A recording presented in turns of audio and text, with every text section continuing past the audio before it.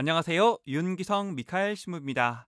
CPBC 부산 가톨릭 평화방송 서포터즈인 블루프렌드 샵 2340을 소개합니다. 기도, 후원미사 참내, 청취 권유, 재능 기부, 협찬과 후원으로 블루프렌즈가 되어주세요.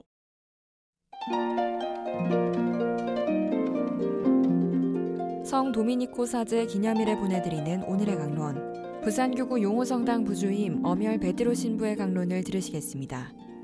오늘 복음은 마테오복음 17장 14절에서 20절까지의 말씀입니다. 그때 어떤 사람이 예수님께 다가와 무릎을 꿇고 말하였다. 주님, 제 아들에게 자비를 베풀어 주십시오. 간질병에 걸려 몹시 고생하고 있습니다. 자주 불 속으로 떨어지기도 하고 또 자주 물 속으로 떨어지기도 합니다. 그래서 주님의 제자들에게 데려가 보았지만 그들은 고치지 못하였습니다. 그러자 예수님께서 믿음이 없고 삐뚤어진 세대야, 내가 언제까지 너희와 함께 있어야 하느냐? 내가 언제까지 너희를 참아 주어야 한다는 말이냐? 아이를 이리 데려오너라 하고 이르셨다. 그런 다음 예수님께서 호통을 치시자 아이에게서 마귀가 나갔다. 바로 그 시간에 아이가 나았다. 그때 제자들이 따로 예수님께 다가와 어찌하여 저희는 그 마귀를 쫓아내지 못하였습니까? 하고 물었다. 예수님께서 대답하셨다. 너희의 믿음이 약한 탓이다. 내가 진실로 너희에게 말한다. 너희가 겨자씨 하나만한 믿음이라도 있으면 이 산더러 여기서 저기로 옮겨가라 하더라도 그대로 옮겨갈 것이다. 너희가 못할 일은 하나도 없을 것이다. 청취자 여러분 안녕하십니까? 성경을 읽다 보면 비슷한 장면을 보게 되는 경우가 있습니다. 성경이 성령의 감도를 받아 작성되었지만 동시에 문학 작품이라서 이야기의 구조가 어느 정도 정해져 있습니다. 예를 들어 주님이 비유를 들어 설교를 하시면 군중이 그 말씀을 귀담아 듣는 구조, 바리사이나 율법학자가 방해할 목적으로 질문을 하고 그 모습에 대해서 야단치시면서 한 말씀 하시는 구조, 그리고 오늘처럼 어떤 사람이 도움을 청하면 주님이 기적을 행사하시고 제자들의 물음에 비유를 들어 가르쳐 주시는 구조 등 자주 볼 수 있습니다. 그런데 오늘은 조금 색다른 느낌이 듭니다. 주님께서 강한 어조로 믿음이 없는 세대에 대해서 한탄하십니다. 만약 그 대상이 바리사이나 율법학자 또는 고집센 군중이라면 평소와 같은 구조라서 놀랄 것이 없겠지만 오늘 그 대상은 제자들이나 다른 사람들을 향한 말씀인 것처럼 느껴집니다. 물론 예수님이 제자들을 꾸중하시는 모습이 처음은 아닙니다. 폭풍우 속에서 믿음이 부족할 때, 한 시간도 깨어있지 못했을 때에도 주님은 제자들에게 한 말씀 하십니다. 그런데 왜 오늘은 주님의 말씀이 강하게 다가오는 것일까?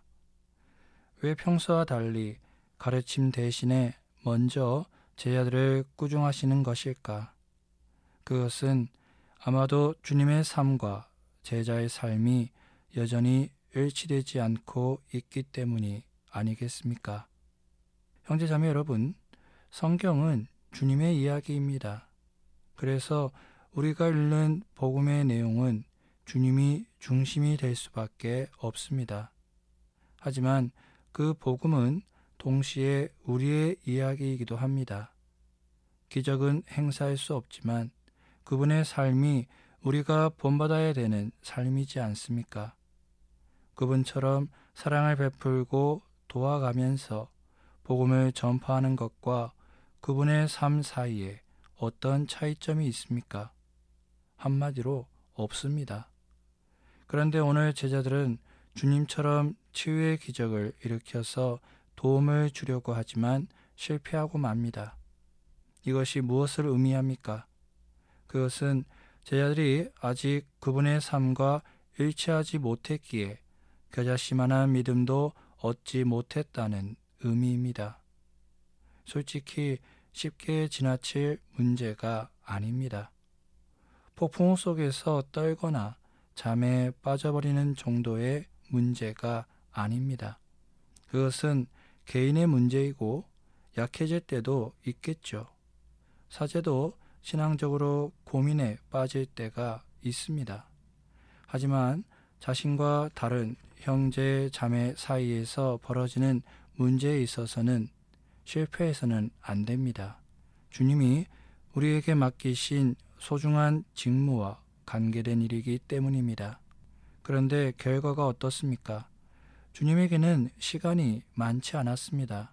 공생활과 순환의 시기가 정해져 있는데 항상 함께 다니며 가르쳐온 제자들이 아직까지도 자신의 삶과 일치하지 못하고 있으니까 한 말씀 하시지 않을 수 없습니다.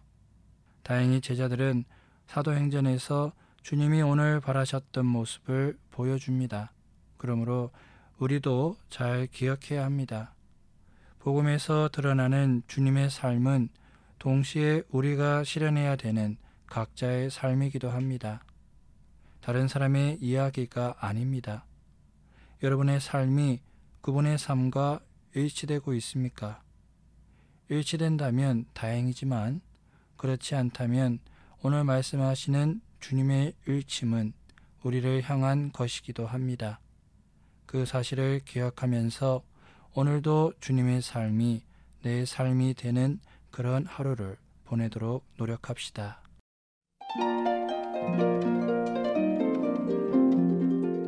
지금까지 부산교구 용호성당 부주임 엄열 베드로 신부의 강론을 들으셨습니다. 오늘의 강론은 매일 오전 11시 미사를 봉헌하며 화해와 치유의 성지로 개발되는 오륜대 순교자 성지와 함께합니다.